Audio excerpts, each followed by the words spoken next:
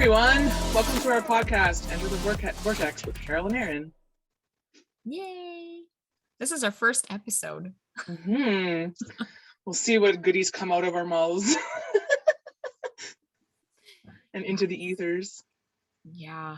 I mean, I think one of the reasons why we got into wanting to start this podcast is mainly because our voice clips between ourselves have been pretty amazing. Absolutely. Need to share this information with someone other than just ourselves. So, and hey, I like to talk. Just ask any of my former teachers, coworkers, bosses, no problem. Who's that one talking in the background? Probably Carol. We're like the bad kids sitting at the back of the class. Totally. But now I'll sit at the front too and still talk. I have a lot to say. Oh, fun stuff. Yep. All right. So what are we talking about today, Carol? What's our topic?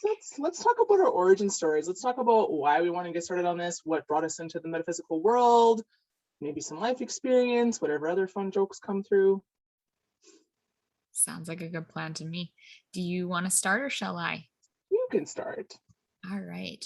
Well, where to begin? I don't know. I just feel like I've always kind of had this natural propensity, there we go, to just like the spiritual world and stuff. I have memories from like childhood doing the most ridiculous things. Like, there was one time, oh God, I can't remember how old I was. I was probably somewhere between like 8 and 9 when I asked my mom for her cat's ashes so that we could do a seance with my cousins. That's amazing. And then like I had this remembrance the other day when I was thinking about like, we're going to have this podcast and our first topic is going to be like our origins or like where we started and things like that. So I had this memory drop in of like telling my parents that I would talk to the trees. And like if I had to like break off a branch or something, I would ask the tree if I could use that branch or, use the leaves or use the berries, like how all kids play like the witches thing and like we all make like potions out of mud and stuff. Oh yeah. I would ask the trees if I could use pieces of them. And I believed at that time that the trees could talk back to me. Then you kind of grow into the whole, adult world and trees don't talk to you. What the heck are you talking about? But they'll talk to each other. So I don't know. I feel like they might still talk to humans if we knew how to listen.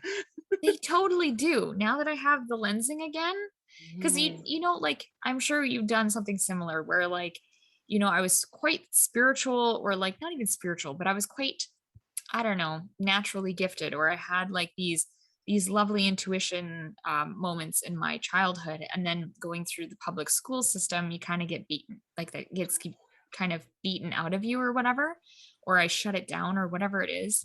Mm-hmm. And then, yeah, like when I got back into my adult life. Okay. There might be another story about that later.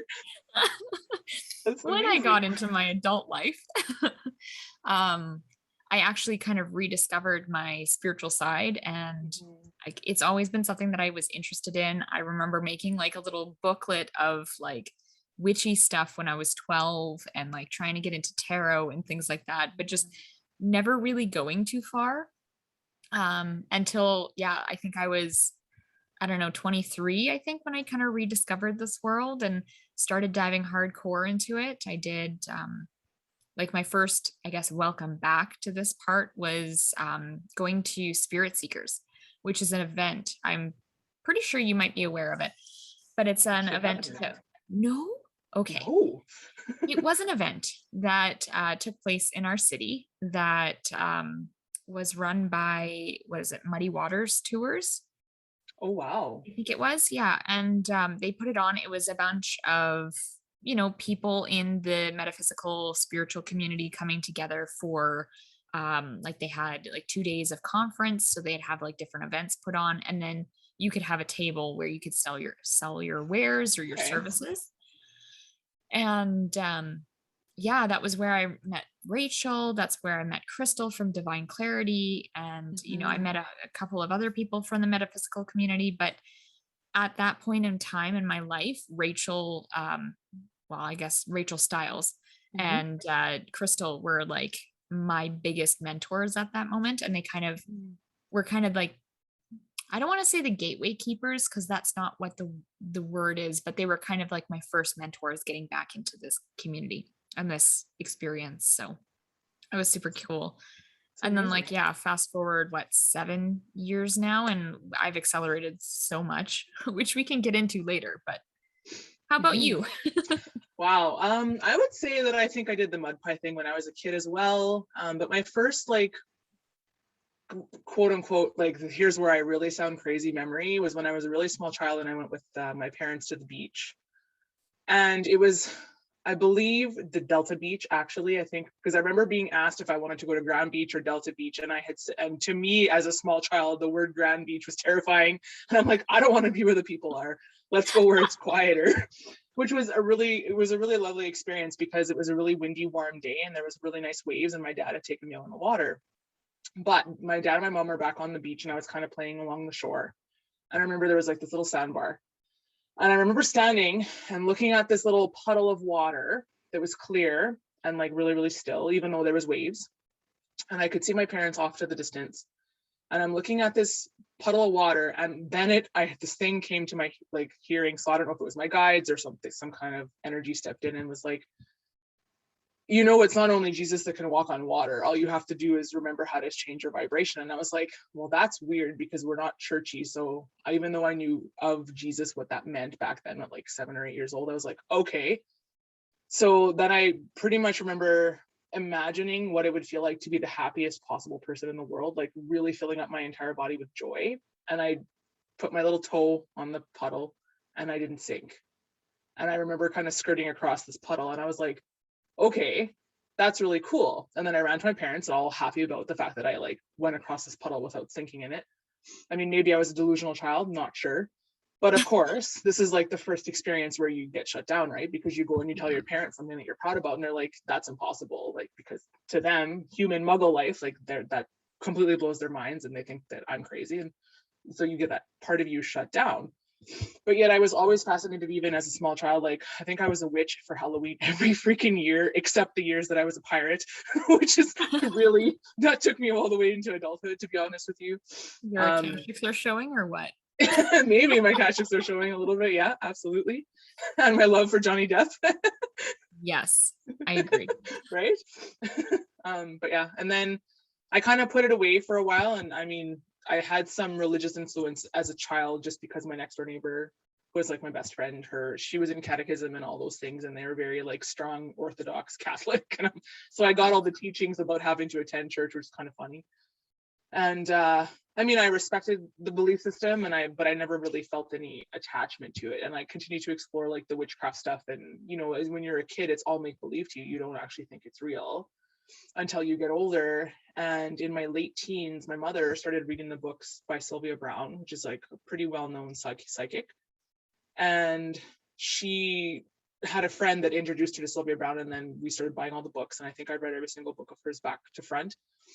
And then started kind of exploring a little bit more of my own belief system in that throughout my teens and 20s, and not really getting serious about witchcraft, but having a little bit more of a belief of like, there is possibility here. And then fast forwarding into my 30s, that was when I came across Rachel Stiles as well. And I did spend one of my birthdays with her learning different variations of the magic that she teaches, which is really cool, like candle magic and how to write a petition and all these things, and also getting dazzled by the secret and the magic and that idea of like manifesting and like, laws of the universe, that kind of stuff, law of attraction, yada, yada.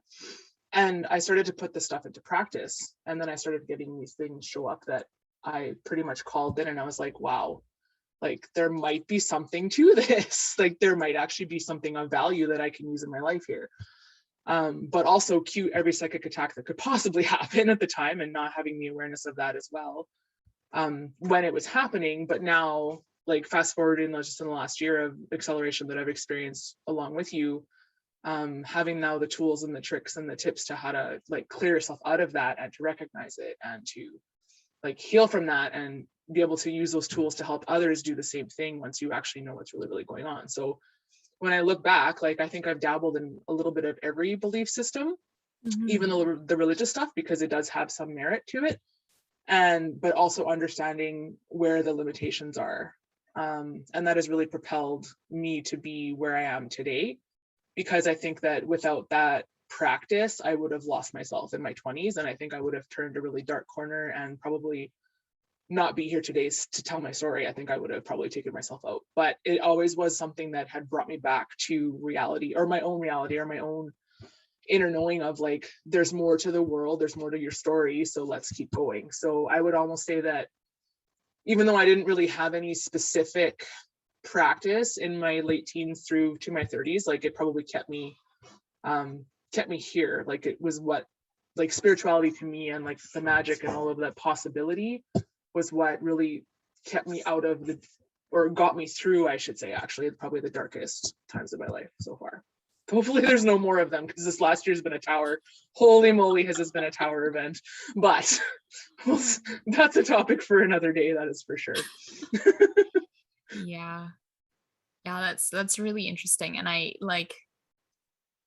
don't know. And I find that really fascinating. Like you could have, for example, me, who like, I haven't really had too much turbulence in my lifetime. Like I probably the biggest events of my life have been like my parents separating, which, comes apart with its own like feelings and emotions and things like that. But that happened when I was younger.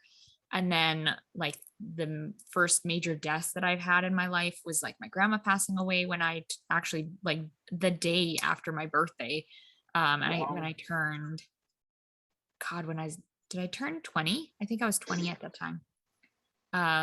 So it's like one of those things where like I haven't really had too much turbulence, but if you look at what I've involved myself in my muggle life, like I work in mental health, right? Like I work with people who are going through crisis. I have always been that person who like I can sit on a completely empty bus, like completely empty, and I will sit down and I will get like the only other person on the bus, that one person directly beside me is like, dude, you have there's the an whole entire bus. And then, thinking to myself, I'm like, okay, well, maybe this is just, I don't know, maybe I'm being picked on. Like, this is just, whatever, like your natural emotions of being like, I'm a young female sitting on a bus. This is creepy. But then they'll like share their most gut wrenching stories with me. And I'm sitting there on this like bus stuck next to this person. And they're telling me like, yeah, like I said, like the most heart wrenching stories. And it's just like, okay, cool. And then they'll like, oh, thanks for listening. And they'll get up and walk away. And then I'm stuck there dealing with like, what the heck did this person just tell me? Like it's like I'm some sort of like walking confessional sometimes. It's really fascinating, and I didn't notice, like I didn't know where this came from until I really started delving into the spiritual path again, because then I've started to develop the sense of like, oh, well, I'm empathic. So people see me as a safe haven. Oh, the energy that I give off is very nurturing and warm and kind. And so people again see me as a safe space to come into. I think it's always been a skill of mine, but I can hold space for someone like a boss. You want to tell me the most horrendous thing that you've ever experienced, and I'll be like, dude, I've got you. Like I will create that safe space for you. And it's fascinating that like when you don't realize what's going on and things just keep happening to you like that, you're just like, what happened? Like, I think that kind of probably influenced why I got into, the nursing profession like I did, right? Like why I work in mental health is because I kind of got conditioned is the wrong word, but I kind of got used to, I guess, hearing these stories and hearing people talk about them and knowing that I could at least provide a safe environment for someone to tell me and open up about this stuff. So like it's just really fascinating. I don't remember why I got on that tangent. That's okay. That's But it why works. we record these things, because this is how the conversations go. And this is why it's called Enter the Vortex, because we just get in and we just stumble on each other, which is really great. We're like twin cyclones that are spinning together over and over, and then eventually we just sync up, and then we're just one cyclone spinning. Yep. Yep, absolutely. Get in or get it, or you're either in or in the way, right? What is it? Join Sink us. up or swim? Yeah, absolutely. But that's like a similar thing with my life experience too. Like once I entered the workforce in my like 20s, I was in hospitality.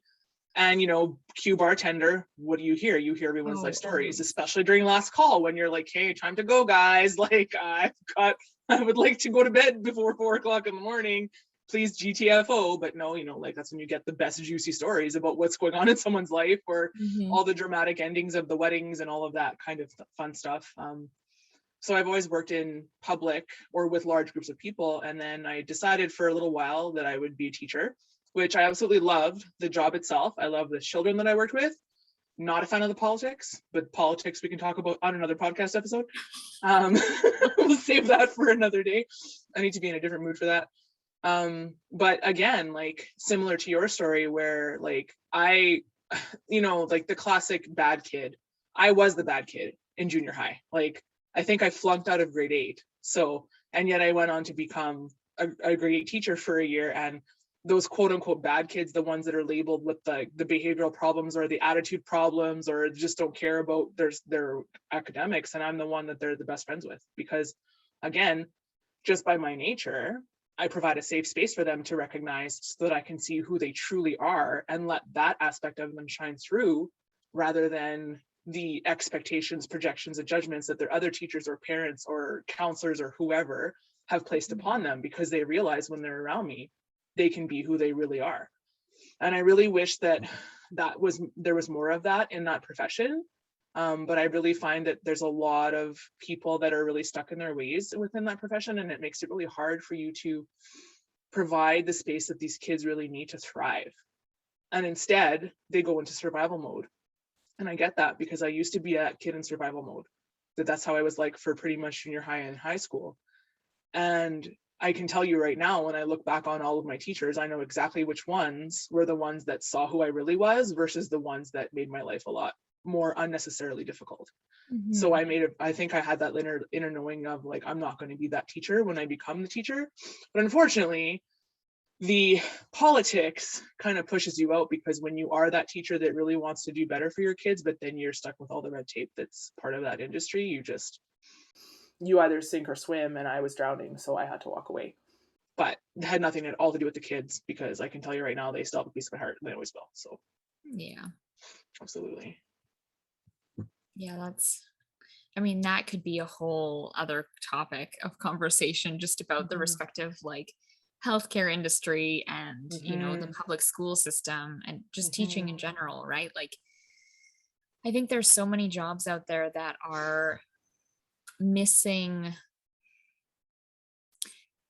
How would I phrase this? It's just I don't feel like we're fully seeing the individual that's in front of us. You know what I mean? Yes. So like a healthcare setting, I mean, a lot of times if you're in a like an emergency room or something like that, they're more focused on the physical aspect of self. When I'm working in mental health, that's definitely more of a mental health situation. We're not necessarily concerned about the physical too much. Like, I mean, if you've hurt yourself, yeah, we're going to be concerned about that, but we're not worried about, are your kidneys failing on you right now? Like it's more of like, let's deal with the anxiety, the depression, any sort of psychosis and that kind of stuff. And I feel like at least in mental health, we're kind of trending into the whole, I mean, you could almost say like the metaphysical stuff, where we are looking at the effects of emotions and, stress on the body, and how that can affect the like your mental health as well as your physical health. But it's not quite there, right? And so one of the reasons why I wanted to get into like doing my own practice in terms of healing and working alongside with others who do similar work is because I feel like we are missing that piece, right? We're missing that connection between the physical, the metaphysical, and bringing those together to, have this beautiful, harmonious healing modality, right? Mm. And so, I mean, if we want to get into the what we specifically do in our practices, I know you and I both have similar training and Mhm. backgrounds with that, but I think both of us can say like we focus on the whole of the individual, right? Like working through all of the layers of self, all the layers of, mental health, spiritual health, physical health, the emotional bodies, that kind of stuff. The whole morphogenetic field, which is a mouthful in and of itself. Um, and just really looking at the person and meeting them where they're at, and then doing whatever healing that needs to come up at that time to help shift various things in their bodies, right? Mhm. And Yeah. I think that's like a disconnect that we have in the education that we're given. Like when you're in school and you're learning about your own body, they don't talk about how emotions feel in your body past, I think, maybe grade 3 or grade 4. So you tell me how many high school students are going through their deepest depressive, most hormonal ranging aspects of their life experience thus far and have no idea what the heck is even going on in their body or in their mind, because they have lost that connection to, like, this is what sadness feels like. It affects this part of my body. And also recognizing that it might be in a different part of a body in another person, because that's just the way our energy gets stored. And I think we're almost doing a disservice by keeping it so technical, and we're not taking a look at how our thoughts affect things, how our emotions affect things, and how our physical body also influences. And like, you have to look, like, if the physical body is one side of the spectrum and the emotional body is the other side of the spectrum, what about everything in the middle and how that intermeshes with each other? Mhm. And I really feel like, I mean, I would like to see education shift, obviously. I don't know that I'm the person to do that. Not, maybe not from the inside, maybe on the outside looking in, but not from the inside looking outward, because it feels like Yeah. a prison, kind of. um, anyway, but like, I just think that we're almost forgetting, because we're so focused on academics and we're so focused on like what the math score is and what the reading score is. Well, these kids, if they're in survival mode, they don't give a shit what their math score is. They are more worried about the fact that their life is hell and they can't even concentrate because they didn't have a healthy breakfast, because their parents just can't provide for them. Like, you can't expect them to be learning if we're not looking at their emotional state and their physical state, because it's just so silly to me. It's like so compartmentalized, I guess is the word I'm looking for. And it's like, well, let's remove the boxes and let's see what's actually underneath that, you know?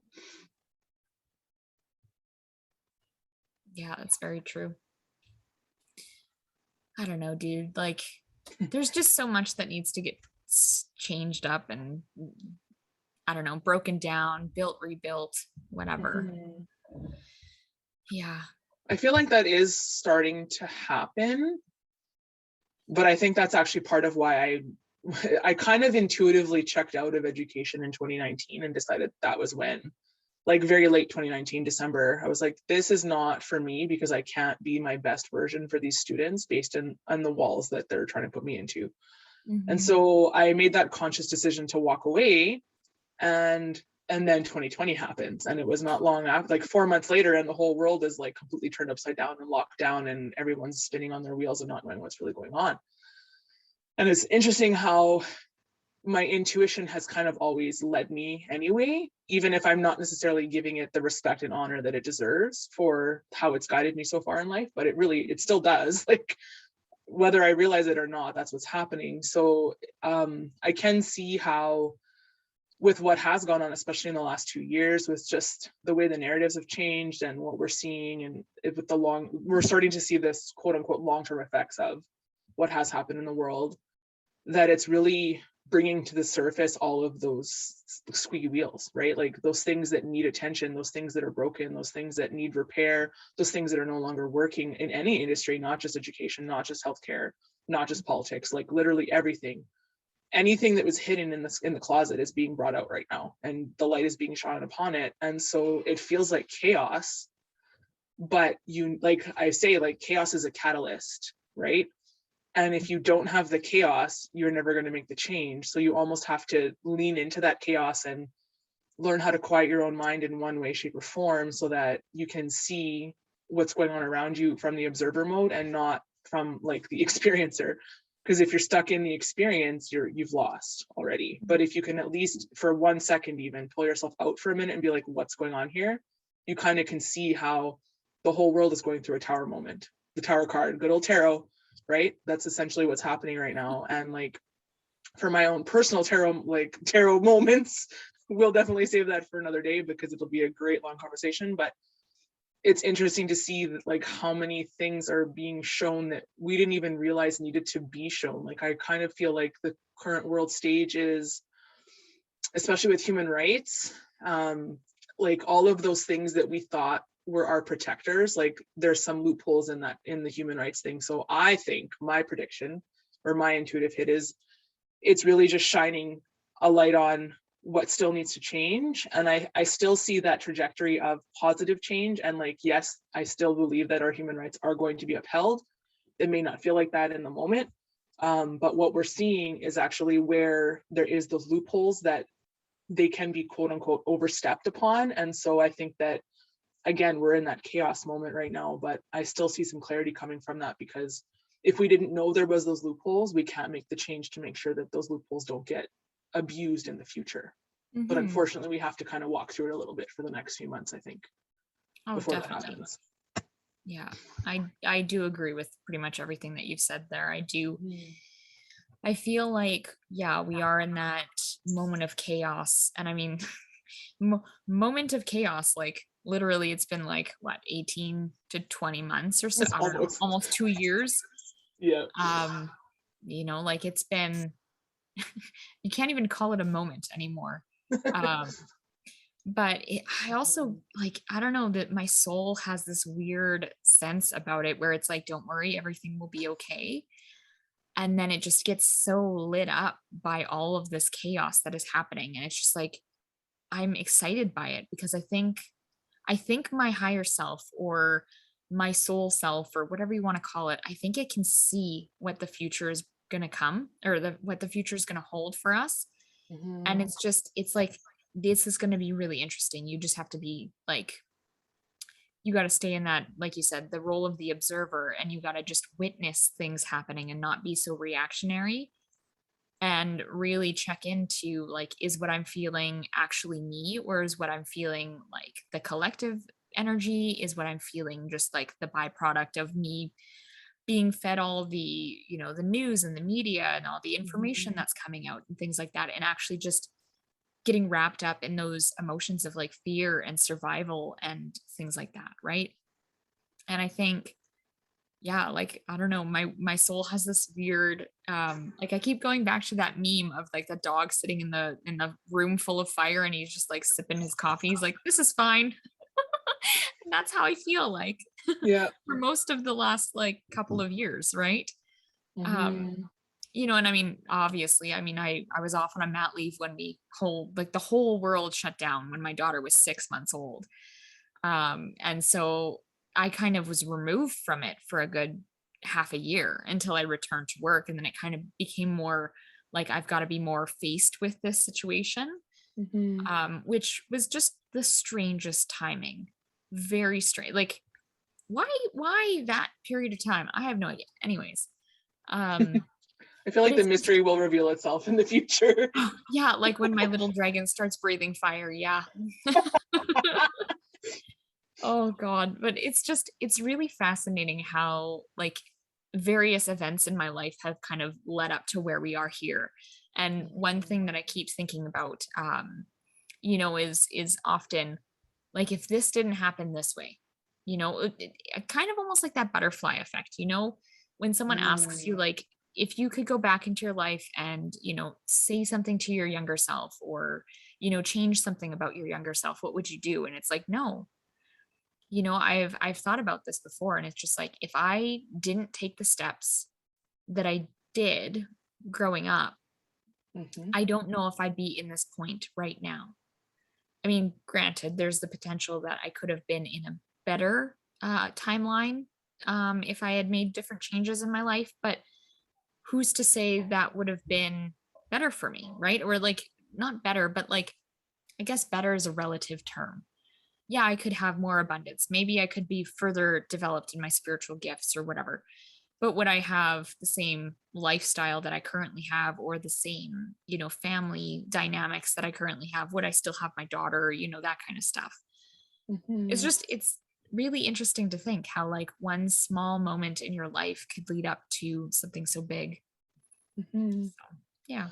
I find it interesting that you say that had I not taken these steps, I wouldn't be where I am today, because I really feel like there's a flip side to that as well, of that saying of like, the experiences that you've had in life kind of create who you are today. So it's like Mhm. there's you saying that you're choosing, but there's also a lot of us in the world that are feeling like maybe they didn't necessarily choose it, or they don't realize that they were on this path and it didn't feel like it was a choice.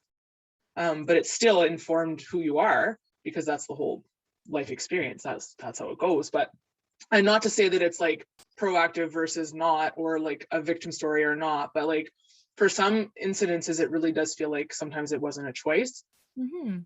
in the moment anyway. But when you pull yourself out of that and you get into that observer stage, then you realize where the choices were.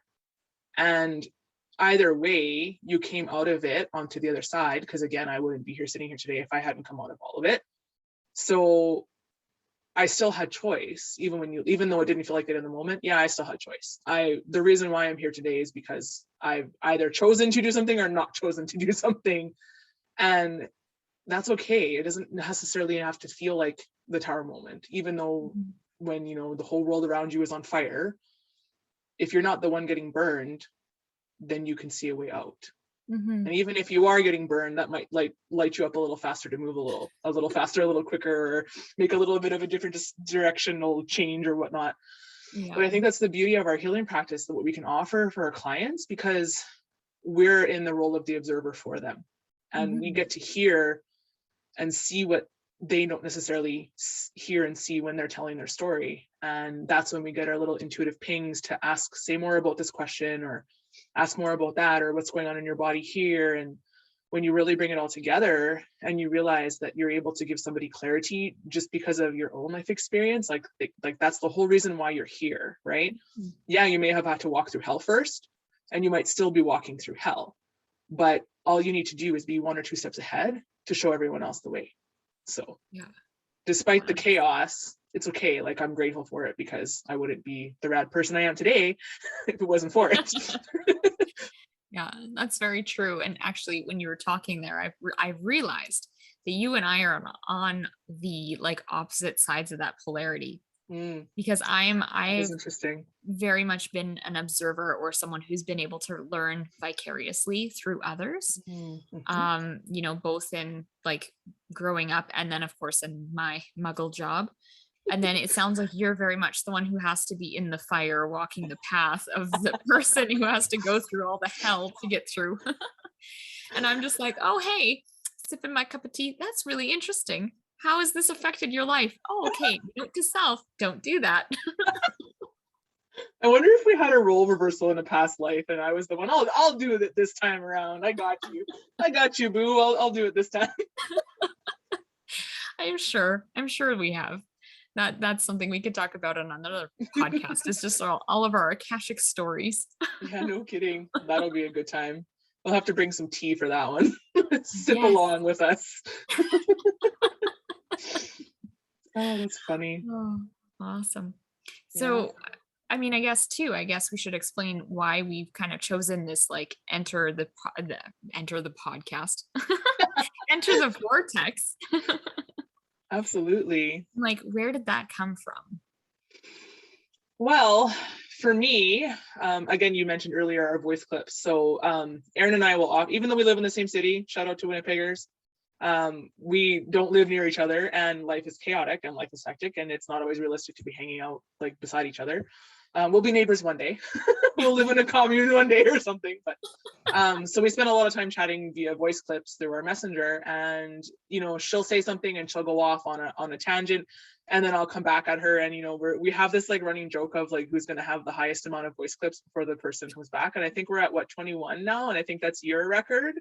Yeah, something like that. Yeah, I think we were at 15 or 16 for a while where we would, just go off because these voice clips are only a minute long. And then, the running joke then became, well, if we're able to talk to each other for this long, like 16 voice clips is 16 minutes. So like, why not start a podcast and bring the rest of the world along for the ride? Because what I've noticed anyway, when I chat with Erin, is that we really bounce off of each other really well. And even if we kind of go off in one direction, the other one always is able to bring it back around.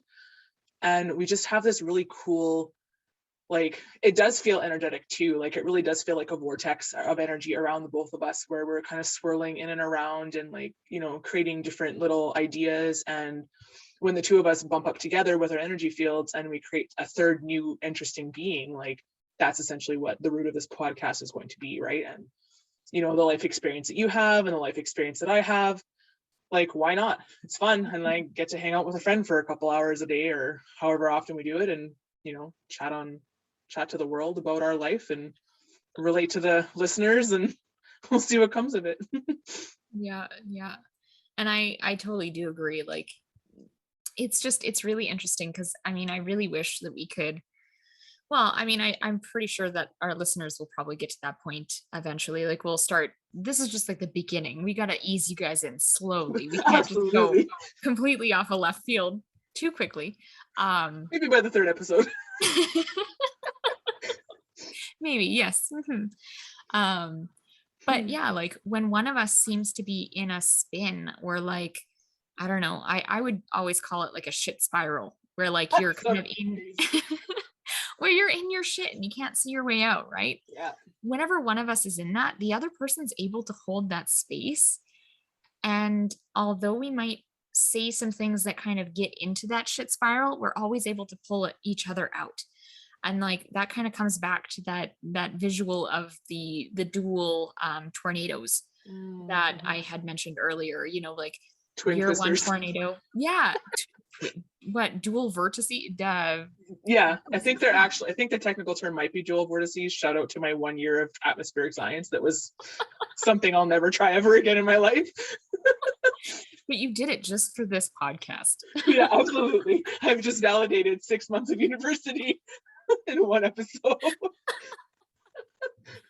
But yeah, like it's just really interesting how like our energies tend to, like, independently we spin one way, and then when we sync up, we kind of like are able to almost dissipate that spin for each other, right? Like when I'm going off on I don't know, a tangent about whatever it is, you're able to hold the space and kind of bring me out of it. And same for you, right? Like when you're in that horrible shit swirl, I can help you pull yourself out of it. And it's just, we've got a really nice balance between the two. And I just have to throw this out here. It's really interesting too, because Carol and I used to run in, well, I mean, I guess we could still say we run in similar or the same like metaphysical spiritual group, Yeah. groups, I The guess. spooky circles. Yeah, spooky circles. And it's funny because we've kind of known each other, like, I don't know how to describe it, but like as acquaintances for what, maybe 5, 7 years. Yeah, like we knew of each other. We knew who each other were. We knew the names. I think we were friends on Facebook for a few years, but our friendship really didn't develop until 2020 when the world shut down and we started going down rabbit holes and sharing the information. Frick, we've been vortexing since we first started, actually. I know. I was going to say, because I pulled myself hardcore out of that, because like we went hard into the rabbit holes of it all, the COVID bullshit. And then, and then I was like, oh, dude, I can't do this. I've got a child. And I pulled myself out. I left Carol behind for a little bit. And then I didn't spin for that long, you guys. She brought me back out. Yeah, because I think it was when we kind of connected with our current mentor that we, well, I should say I connected with our current mentor, and then I was like, come on, Carol, this is fun, dragged you along. And then really worked well, because then after that freebie, that Starseed Accelerator that we went through together in, what was it, July of 2020? Yes, with Caitlin, Yeah. So then you were like, oh, I'm joining HRA, like Caitlin's offering. And I'm like, I don't know, but maybe. And then, you dragged me along to that and I jumped in. I knew right away that like Caitlin's healing practice or healing modality was going to be my next thing. Like I really wanted to do that. But when it came, like push came to shove, I was Mm-hmm. like, I don't even know if I was bypassing or if I was just playing aloof or whatever, but I was A letting, little bit I of was, column A, a little bit of I know, column B. I'm like, no, I'm not ready to step into my brilliance yet. So I'm just gonna stay little. And you're like, dude, it's gonna be this much for the for the course. Yeah, I'm like, yeah, let's do it. all right, I'll do it. So what she's really saying, you guys, is that I talk her into spending money, but then she also talks me into spending money, so it's okay. I was gonna say, I'm not any better for you though. Exactly. Whatever. That's what friends are for. Yeah, I'm not the person you come to when you don't want to spend money because I will tell you to buy the damn thing. Yeah, that's fair. Mhm. Yeah. Everyone needs a friend like that in their life, absolutely. But I think it's really beautiful how we've come together in companionship. And then when you start learning about all these different tools in the metaphysical world, including the Akashic records, and taking a look at, you know, the different lifetimes that you and I have shared together and how freaking much of a riot they have been, like, I can't wait to share that with the rest of the world, because those are going to be some very entertaining stories. So it really just deepens the connection and makes you realize like you actually have some really cool people in your life, and Mhm. you know there's probably a deeper reason why they're in your life for those, you know, for you, right? So like, I mean, why not? If you want to have a cool friend, like, why not bring them along for multiple lives? Like, I'm like, Why I not? don't know, like, I'm cool with that. I mean, I'm open to new friends too, but when you have some really cool friends that have been along for the ride for many, many, many lifetimes, like, there's a reason why you're choosing to do this again. And Mhm. ultimately, like, having that realization also that we've chosen to be here on earth at this time, even amongst the chaos. Mhm. Like, yeah, you want your friends close because that's what's going to help you get through. Yeah, and it's interesting too because I've set up this, I don't know what I would call it, like it's not really a fail safe, but like for each of my major accelerations throughout my spiritual development, I have had someone that I've courted and contract to pull me along because I as much as I love, talking about like love and light and all this lovely positive spiritual bullshit and whatever, um I have this huge resistance in actually stepping forward and following the path that's being laid out in front of me. Mm. And it's really funny that I have like courted and contracted these people to help essentially drag me along, right? Like if I didn't have you, if I didn't connect with you and I didn't have you along with this, I probably wouldn't have stepped up and done decodes. I probably would still be sitting, I don't know, probably not doing anything remotely close to what I'm doing now, or at least not in the capacity that I currently am. And Mm-hmm. I've done this in my past as well. Like I had another friend that I had actually had a contract with that was to help me pull through another program that I went through. And it was really actually kind of funny because I was like, I don't really know. I'm not really one to like dabble in angels because it was like angel alchemy stuff. Mm-hmm. And I'm like, I'm kind of witchy. I don't think witches work with angels. And I was just like this really weird, like, I don't like it. Cool And story, she's like, bro. no, yeah, right. She's like, no, it'll be totally fine. It'll be great. It'll be awesome. Like, just come on, sign up with me. And I'm like, all right, cool. And that, I think that was when I had like my first really big acceleration, when I kind of like really started to trust my abilities and really start to develop and hone my ability to kind of like come up against someone's energy and like kind of read what's going on in their bodies. Mm-hmm. So it's really funny when you kind of sit down and you look at like, of course, all your akashics, and then not only that, but like halls of Amente, the galactics, which I'm not a pro at getting into quite yet, but I can see flashes. um but like then not only that, but seeing kind of like the contracts that I have in place with you, and like, okay, this is where it's meant to go, and kind of this is what we're meant to do with you, like to help each other grow. And Mm-hmm. it's really beautiful, Carol. I absolutely love it. So cute. If I was a drinker, I would say this is like the wine drunk emotional stage where we're like professing our loving companionship to each other. But It's interesting that you kind of talk about your timeline of like the healing modalities that you've explored, because I definitely have a fair amount of certifications under my belt, and yet none of them really felt like home. And I realized as you were talking, like, I think that part of my draw to all these different modalities that I tried, like as I have Reiki, I've done some shamanic journeying practices as well. Those are a trip for sure. I have mediumship now. I can read Akashic records now. I have the decode certification as well. And I think really when I look back, and like, and also all the different witchcraft workshops that I've taken, which were so much fun, like brew making and candle magic and all those fun things. And I think ultimately what was drawing me in was I was looking for community. But I really feel like I still had witchcraft itself, the practice, I feel at home with. I can dabble in it, and it doesn't take much for me to make something magical, you know.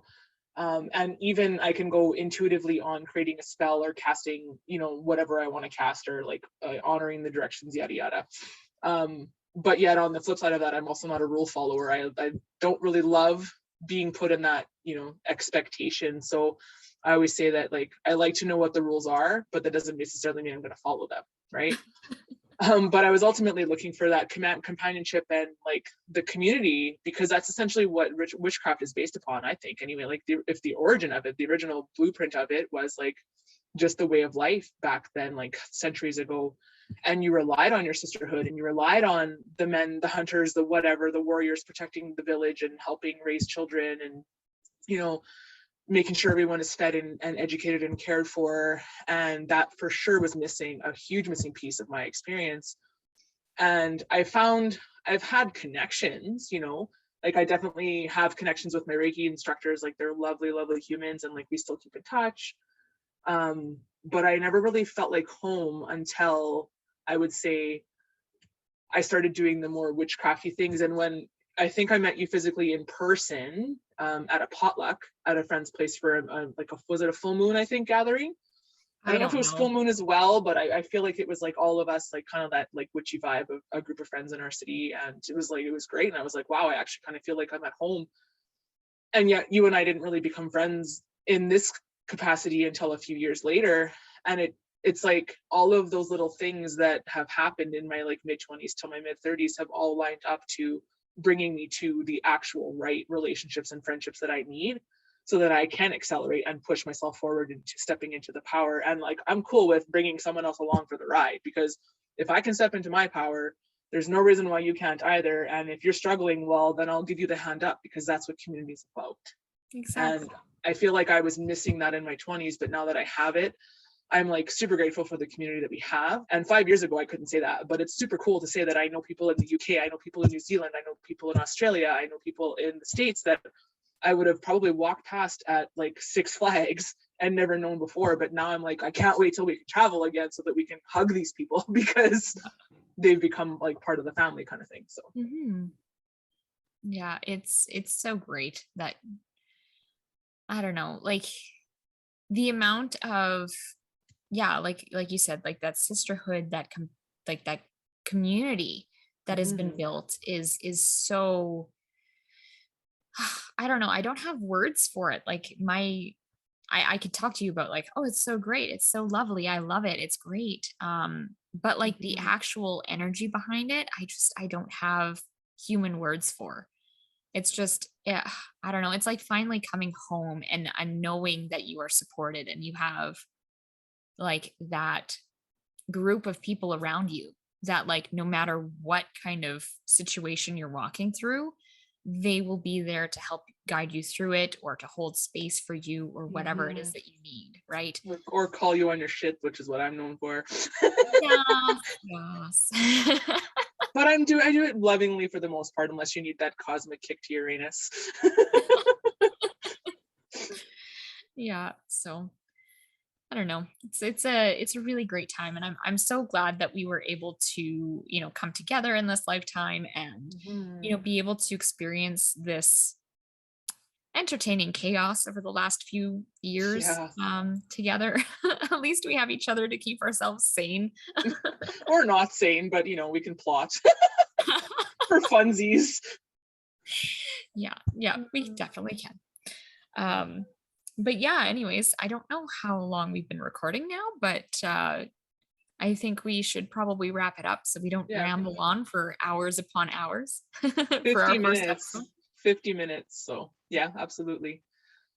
Yeah, community for sure. I think is the ultimate reason for this. Like, I'm looking forward to the community that we're building with this podcast, that we will build. Like, and I do know that we're already going to have like our friends going to support and listen and like love you and thank you for that. We would do the same for you guys and you gals. But I just feel like when I look at the trajectory of this, I mean, this is only our first episode, but I mean, in a year from now, I can feel the energy of what this is going to be in a year from now, and I can't wait to get there. But I'm so glad to be standing here, or well, sitting here. Let's be honest, I'm sitting, sitting here and like chatting about it. And like in a year from now, when we look back on this, it's going to be like, dude, we had no idea, but we kind of did, but we still did it, you know? Because I think the ultimate point, and one of the biggest lessons I've learned in the last year, is like, it's okay to dream big, and it's okay to have that on paper. But then there's always going to be someone in this community that comes along and says, actually, you should dream bigger. Mm-hmm. Yeah, that's very true. And I mean, how many times did we have to get slapped in the face with like, we should do a podcast before we actually decided we were going to do it? Yeah, absolutely. So here it is, one of the first few things that I've actually followed through on in this past year, despite all the tower movements. But there will be more, because this is what we came for. Mm-hmm. Yeah, that's awesome. Mm-hmm. So I guess to wrap up, I mean, we kind of went on a journey through this podcast with, or this episode at least, with starting about our own experiences in our lives and how we kind of got to where we are. And then I think that's just what our podcasts are going to be like, though. You know, it's going to be one of those things where we're going to start with one topic and we'll probably end off on a completely different tangent, which is exactly how the energy needs to flow. Absolutely. How the codes need to fall out and whatnot. Yeah. So. Yep. That's the whole point. You've entered the vortex, right? So welcome everybody to the vortex. Looking forward to what else we chat about in a few coming weeks. Yeah, awesome. So if people want to reach out to us, where can they find you, Carol? You can find me on Instagram at Elevate with Carol Sky, ELEVATEWITHCAROLSKY, or on my website at www.carolsky.ca. Awesome. And you? Yeah, you can find me on Instagram at Heal with Erin Mindy. That is HEALWITHERINMINDI. Or you can find me on my website at www.erinmindy.ca. Wants to like and share and toss comments our way, or want to give us any topics they want us to explore, you can definitely toss that in the information on the comment section as well. And thank you for your support. Awesome. So we'll talk later. Bye.